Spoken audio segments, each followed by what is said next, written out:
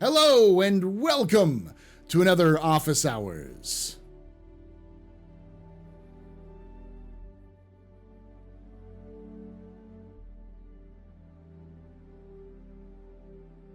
Capsule.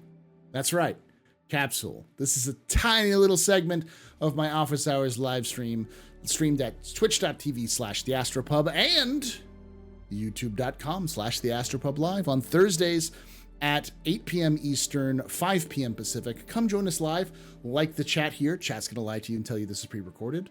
Guess technically not wrong because I'm recording this live for you. And then people have asked me in the past, or someone asked me in the last one, why do you have to record these live? And the answer is there's a lot, and there's a lot of there's a lot of content usually with these monthly reports, and there's a lot that goes into editing and other stuff like that. If I really wanted to, I could go really in depth and do a lot of cool stuff with it, but I don't have time. And this was always intended as a fun little thing to hang out with, chat live, and kind of read through this and get people's reactions. So this is me recording this specifically for y'all's, so you don't have to, for y'all, so you don't have to go through a 4-hour live stream of all of the topics. So what we're doing today is we're going to read the Squadron 42 monthly report from October. Now, a couple things. One, October was CitizenCon month, so you're going to hear a lot of we prepared for CitizenCon, we prepared for CitizenCon, we prepared for CitizenCon. So there's a lot of stuff which is going to be kind of light in terms of content. So with all of the amazing stuff they showed off at CitizenCon, it's we're just not going to see a lot in the monthly reports, probably throughout the rest of the year. May pick up a little bit more. It's also important to note that Squadron 42 is officially feature complete. We don't know what that means in terms of where it's actually at, but a lot of the features that are the core of the game are now done. So a lot of this, what we're going to see is polish work, reworking of level designs, maybe a couple of changes here and there in dialogue or in enemies and level design. So there's going to be some changes, and a lot of this stuff is going to be the dial-in changes for gameplay, making the game fun, make it stand out, and changing difficulties here and there. So that's really what we're going to be seeing. The other thing is that this is a full read-through of the monthly report. I am not summarizing. There's nothing wrong with summaries, but if you want to be as informed as possible, I always suggest reading every little bit of information you can get to, but that's not humanly possible unless you're crazy like myself, and even I don't read everything that comes out.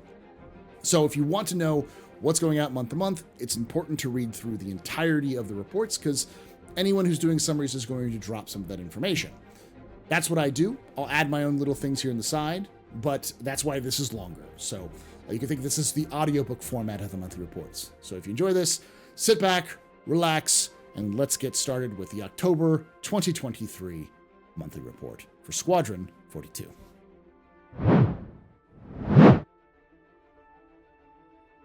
All right, so this was a new one they added.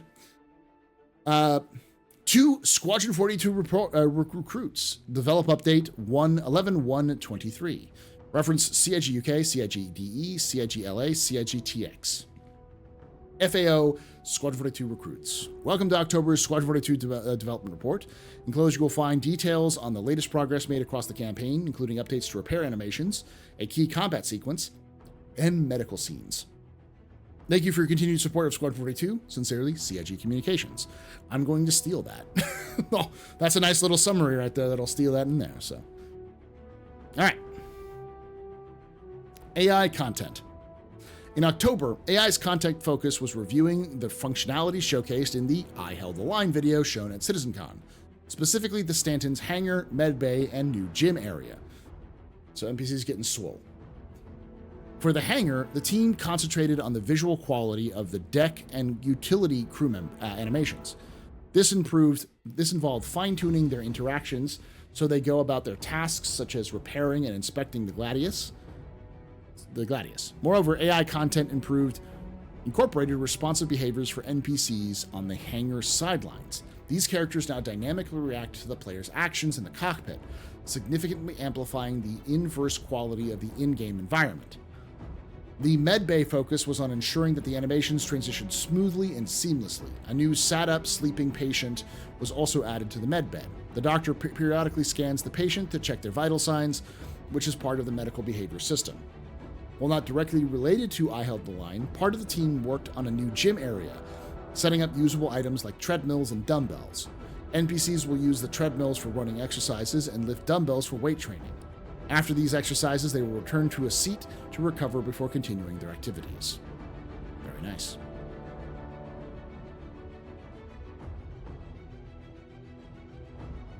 AI features. Last month, AI features focused on gameplay functionality for a key combat encounter. The enemy now learns when a player exploits an attack pattern, damage rates were increased, and weapon cooldown was decreased to ramp up the challenge over the course of the fight. This was a big one that they've been doing over the last couple of months. They've been trying to teach the AI how to counter players. So they've been feeding the AI player data to try to help them learn better in terms of countering how players maneuver. Obviously, this isn't done in an attempt to increase replayability. So the same feature will work, but it won't. The same trick won't work twice, kind of thing on the same AIs. So the team then made balance changes to fight tactic TPS queries, so the different tactics, pusher, strafer, and defender, feel more distinctive. They also continued to review cover usage, which generated numerous fixes on how NPCs find and move to cover, step out to fire, and exit, particularly when in defend areas. AI features are currently developing an all-encompassing test level for combat that will allow them to test all of the features together. There, they can add various parameters and select different enemies with varying combinations of traits. This new level will be used to test combat consistency across the PU and Squadron 42, and will provide a solid place to test improvements and bug fixes to AI combat and its related functionality. For example, ammo usage, mounted weapons, attack and defend areas, medics, accuracy, and stealth gameplay. I think we saw some of that at CitizenCon. But it's also important that not all NPCs will be super professional and lethal in their attacks. Some of them will be kind of more wild and crazy, so not all NPCs are going to be super difficult. It's just each NPC type, and type being their tags, or what do they call them?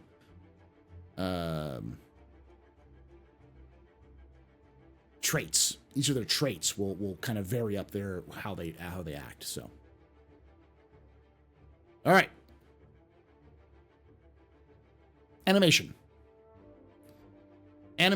The team continued streamlining combat animations, working on skill level 1 takedowns, as well as interactable animations in the environment.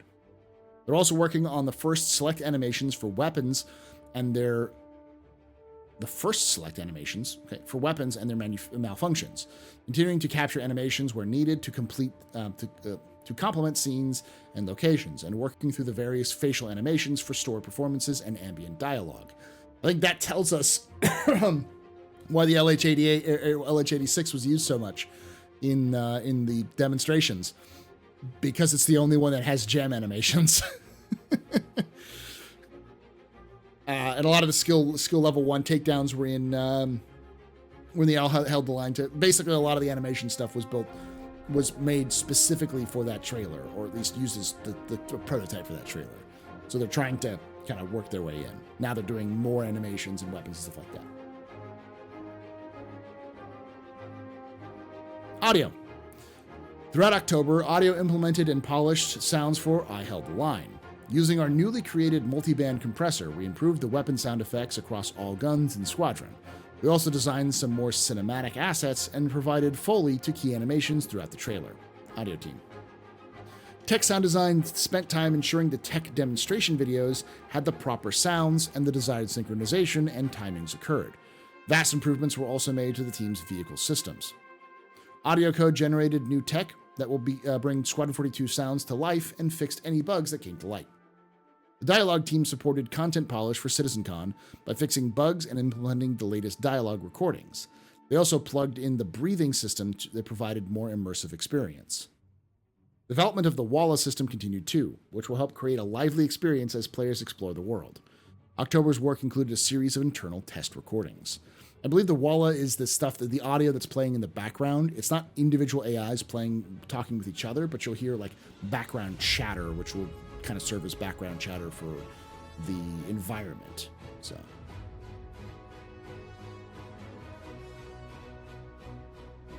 Engine. Well, this is a small one. I will still do my same thing. I'm not an engineer. I do not know the will of the Omnissiah. I do not know the canticles of the machine spirit. I cannot turn rocks into replicators. I am but me. So while I am learning some of this information, I do not know engine. So if you do, please tell me in the comments below what this all means. Thank you. The majority of the engine team's work last month involved preparing for CitizenCon. All teams were hands-on deck to deliver features and support other teams on work related to what we showed at CitizenCon. This is always an interesting time, as it is very stressful, but also rewarding when everything comes together due to focused effort. The core team primarily worked on bugs for the live release, including some long-standing memory leaks on the live server. The physics team focused on delivering improvements to the Maelstrom destruction system and the cloth and hair tech. Lastly, the entity system tech team supported the online team to deliver the server meshing demo while continuing to work on editor entity streaming.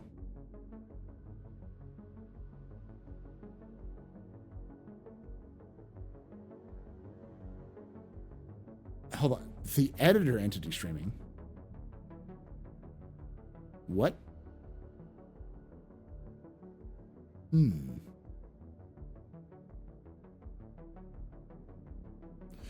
Features gameplay. Last month, gameplay features polished the new character customizer, working on skin texture and tone, freckles, blemishes, eyes, makeup, and more.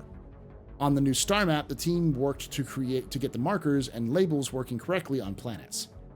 This involved enabling the magnetic cursor to snap to icons, implementing the search box, and a variety of smaller improvements. Work also began on the Squadron 42 specific front end, making it feel like an extension of the game world. It will feature a changing environment reflecting how far through the campaign players are and be populated with collected items. That's interesting.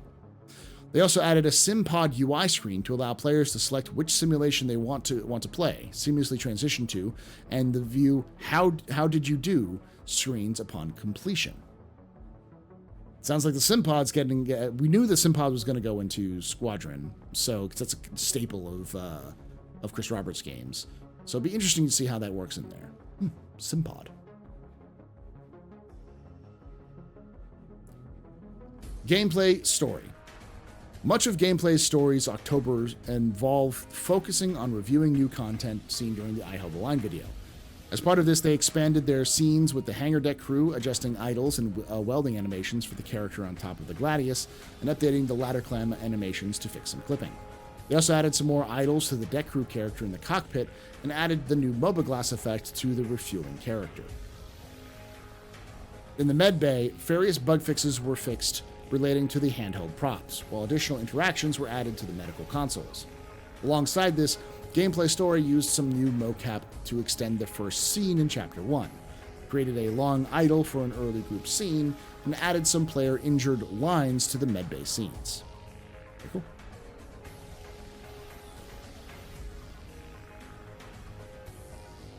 Graphics and VFX Programming. For the graphics, Planet Tech, and VFX Programming teams, the majority of October was spent touching up many features demonstrated at CitizenCon, including the water simulation, global illumination, maelstrom, fire, and rifle scopes. The Vulcan sub-team continued tackling the remaining performance and stability issues. In October, the social narrative team supported the preparation for I Held the Line, including the landing and takeoff scenarios on the Idris hangar. Landing is something we've been focusing on recently, including tactile deck crew interactions with both your ship and your fellow wingman, Old Man, social narrative team. Work was also done on NPCs repairing the landed Gladius, featuring the new welding animations, inspecting the cockpit, and refueling. These animations were layered on top of the systematic AI to move the hangar experience closer to the team's overall expectations.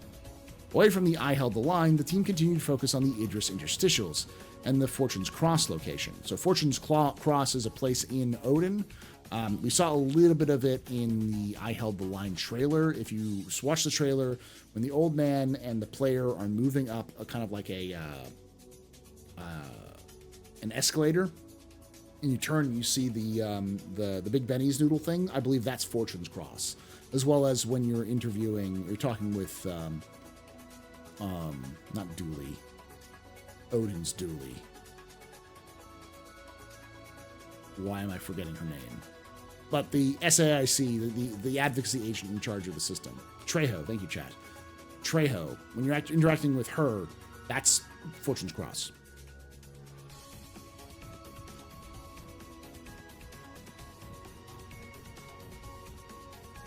Where were we?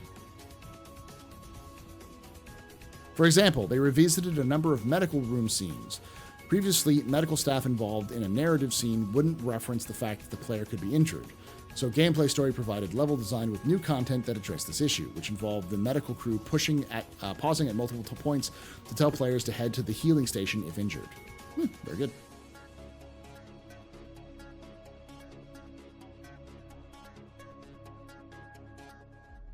Narrative. The narrative team spent time finalizing content captured last month to get initial animations and audio passes into the game so they could experience the moments in situ. They'll continue to sync with the design teams to review the levels as this content is implemented. Meanwhile, Narrative continued their work completing the texture requirements for the game. As mentioned in previous reports, this includes all the message exchanges that the player will receive for both gameplay and social messaging, reviewing mission objectives, adding Galactopedia entries, and looking at other environmental content to help sell the story and feel the various locations. On a personal note, it was tremendously exciting to meet all of you who came out to CitizenCon and how your reactions to the update and hear your reactions to the update video. It was great. I wish I could have talked to the more of the lore team after the video, but c'est la vie.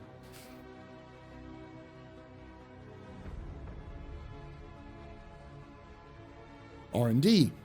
In October, time was dedicated to cloud shaping improvements, which will allow the team to author more varied cloud content. For example, it's now easier to break up cloud fronts. Improvements also provide more flexibility in blending shape noise at height. As a result, the consistency of short versus long distance reads was improved, and tiling from orbit is less noticeable. Most improvements are planned, particularly with regards to improving details at cloud fridges. The first iteration of ground fog was also made available to content teams, which follows terrain up to a specified height per location and fully integrates into the atmosphere. As a result, it receives volumetric shadow. Wow, my brain is not working. As a result, it receives volumetric shadows from both clouds and terrain, along with dampening effect and indirect light scattered through the atmosphere into the view ray. Moreover, support was added to cast volumetric shadows from clouds into the atmosphere. This includes various optimizations to sample and evaluate volumetric cloud shadows. As a byproduct, volumetric cloud shadows now also update lazily to further reduce cost when the camera or sun isn't moving significantly. Cloud shadow quality at low sun angles was also improved by compressing the available space into the shadow map to allow for more details around the camera. Additionally, a few long-standing issues with cloud rendering was fixed. For example, the ghost lines on clouds that were occasionally visible when looking up at them and towards the virtual planet horizon were fixed, and the setup of LOD constants for cloud shaping related texture lookups was updated to avoid excessive blurring when rendering clouds at half resolution. So many clouds in that paragraph. Lastly, work on ground fog resulted in various optimizations, as well as a fix for subsample sized holes in planet terrain height maps. These height maps are used for various purposes, such as building planet terrain shadows or spawning GPU particles on the ground. The latter was especially subject to those holes, as they could cause infrequent erratic spawns of particulates or particles. Looking forward to work on new temporal cloud renderer node will commence in November. VFX. Last month, the VFX team continued working on several cutscenes alongside the cinematics team. They also continued polishing effects for various locations, some of which were revealed at CitizenCon. Several improvements were made to existing weapon and gadget effects, while dynamic fire effects were polished for Squadron 42 and a future Star Citizen patch release. All right, like I said, it's pretty light this month. R&D is almost a copy-paste from the monthly report for Star Citizen. A lot of stuff they're working on narrative, the social interactive team. The big one was the AIs being able to, like the AI medical teams now telling you to go to a place to get healed up if you're injured, which is interesting. Did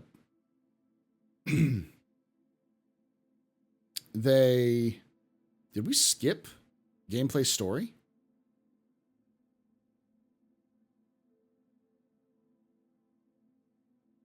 Well, I may have skipped some of those. Looking through some of it, it's like alongside this gameplay story used a new mocap to extend their first scene in Chapter 1, created a long idle for early group scene, and added some player injured lines to the med bay scenes. I think we already did go over that. Some feature stuff about player, like the character customizer. A lot of AI engine stuff. Mentions of an editor entity streaming, which is interesting. Audio stuff, a lot of animations, which we saw at takedowns and the like jam animations, like weapon malfunction animations. And then the AI stuff is basically they're learning how to fight you. They're getting better at learning how to fight you, and they're becoming better at kind of little social content. That's pretty much it. Very short video, only about a little over 20 minutes. But thank you for watching. As always, I want to hear your thoughts in the comments below if you have a chance to. I want to know what you think about this. Probably next month is going to be a little bit bigger. Hard to tell, though. We're coming up towards the end of the year, so a lot of this content set gets kind of thin, especially as Squadron 42 is now feature complete. So a lot of the stuff we're going to get is much more focused on specific levels or other aspects. But, and of course, always join us live, join chat live. Twitch.tv/TheAstroPub, YouTube.com/TheAstroPubLive, and Thursdays to join them live afterwards. So say goodbye, chat. And like I say every time, hope to see you someday in the black.